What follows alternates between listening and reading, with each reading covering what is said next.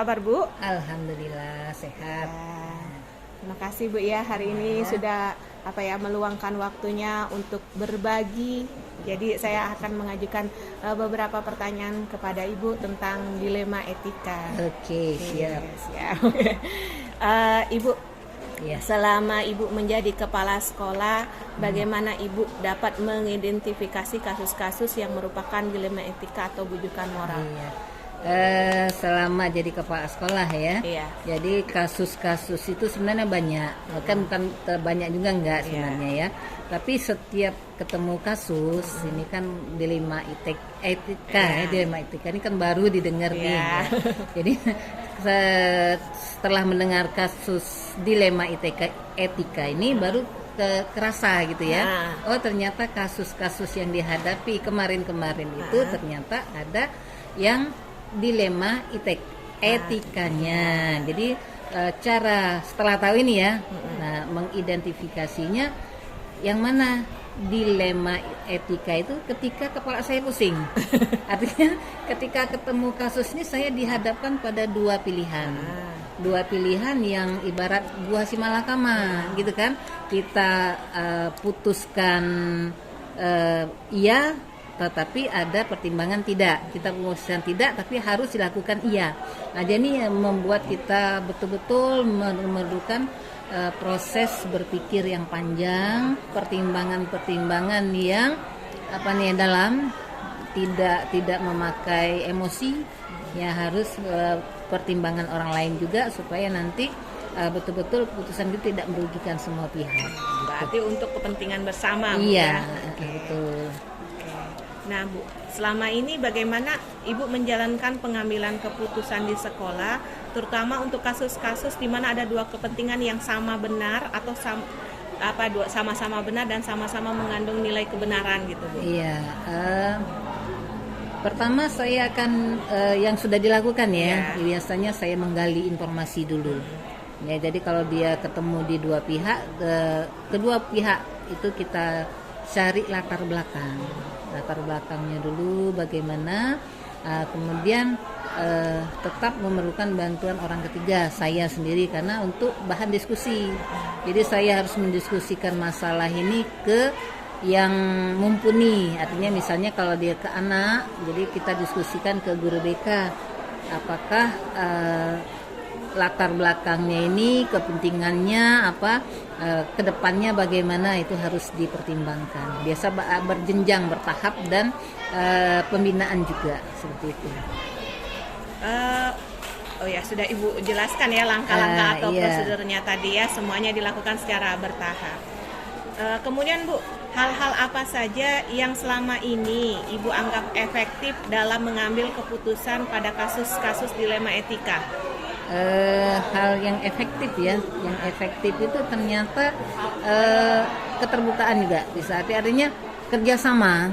Jadi kerjasama dengan pelaku, artinya orang yang terlibat di kasus ya. Gitu efektifnya kalau kita berdialog langsung secara terbuka dari hati ke hati. Nah, itu efektif biasanya kalau dia terbuka lah, dari hati ke hati, itu artinya dia latar belakangnya ketahuan, sehingga kita bisa ngambil keputusan yang tepat seperti itu. Kemudian hal-hal apa saja Bu yang selama ini menjadi tantangan Ibu dalam mengambil keputusan pada kasus dilema etika? Yang menjadi tantangan yang terberat itu sebenarnya dari orang yang berkasus itu sendiri. Jadi yang paling berat ketika bertemu dengan orang yang berkasus itu, dia ego.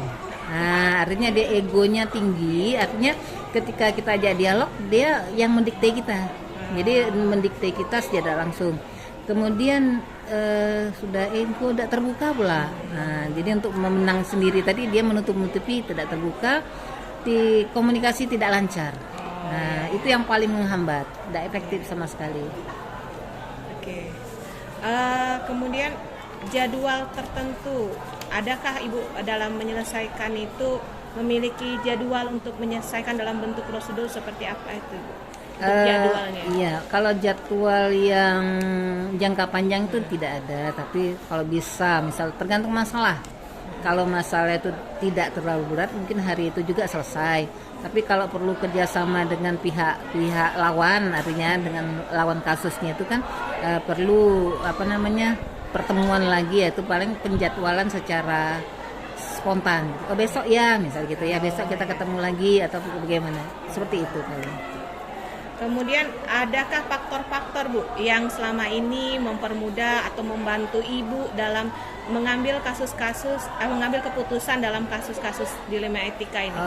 Ada. Jadi yang paling mendukung yang paling mendukung tuh jelas rekan kerja kita. Artinya kalau kepala sekolah itu dukungan dari wakil, kemudian dari BK. Jadi walaupun kita tidak melihat usia ya, kita melihat kita kompetensinya. Jadi itu sangat membantu. Jadi kalau ke siswa wali kelas. Jadi itu yang paling membantu itu rekan kerja kita. Dan satu lagi pengawas. Jadi tetap itu kita komunikasikan. Jadi 3 ya. Wakil, pengawas dan rekan guru kita. Pertanyaan terakhir Bu. Dari semua yang Ibu sampaikan nih, pembelajaran apa yang dapat Ibu petik dari pengalaman Ibu mengambil keputusan dilema etika? Jadi dalam pengambilan keputusan dilema etika ini yang jelas tidak subjektif, kita harus objektif, pikirkan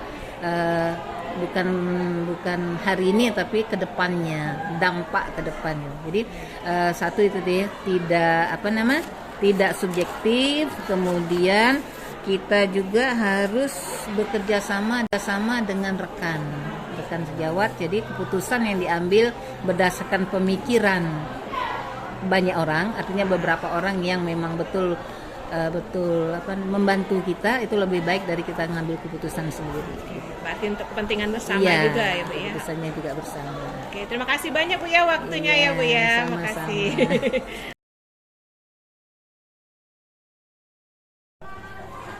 Oke, Assalamualaikum Bu, apa kabar? Waalaikumsalam, kabar baik Ibu Piska. Oke, saya minta waktunya Bu ya untuk menanyakan beberapa hal mengenai keputusan dilema. Boleh kan Bu? Boleh. Oke. Ini Bu, selama Ibu menjadi kepala sekolah, bagaimana Ibu dapat mengidentifikasi kasus-kasus yang merupakan dilema etika atau bujukan moral?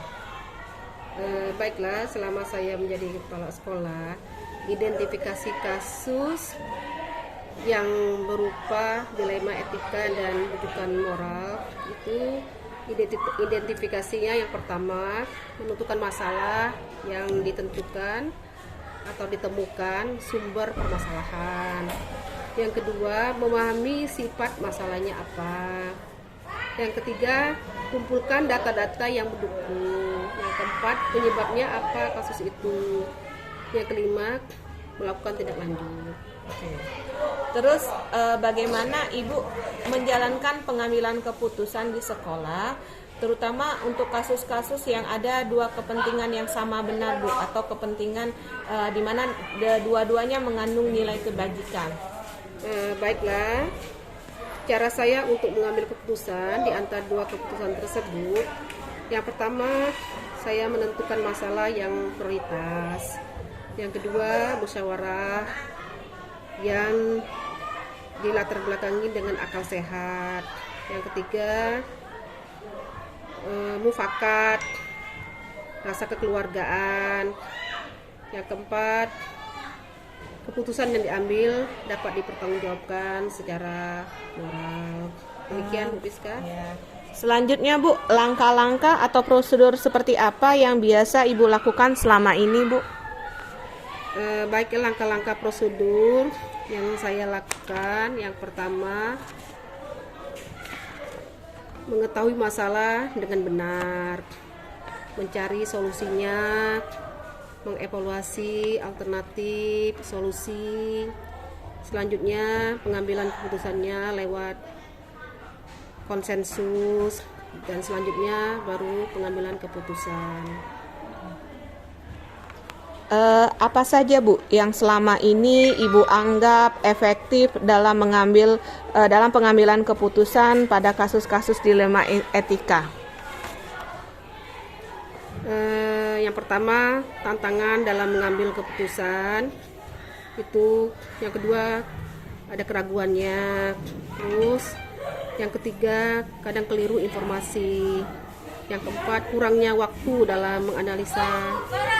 Yang kelima, informasi yang berlebihan atau terlalu sedikit. Demikian, Bu. Kemudian adakah jadwal khusus Ibu yang Ibu buat untuk menyelesaikan kasus-kasus tersebut, Bu? Ya, jelas terjadwal. Jadi tahu ya kapan diselesaikan permasalahan itu. Terus diselesaikan dengan pikiran yang positif, tidak membesarkan masalah, itu saja. Apakah ada Bu faktor-faktor yang mempermudah atau yang membantu Ibu dalam pengambilan keputusan kasus-kasus dilema etika?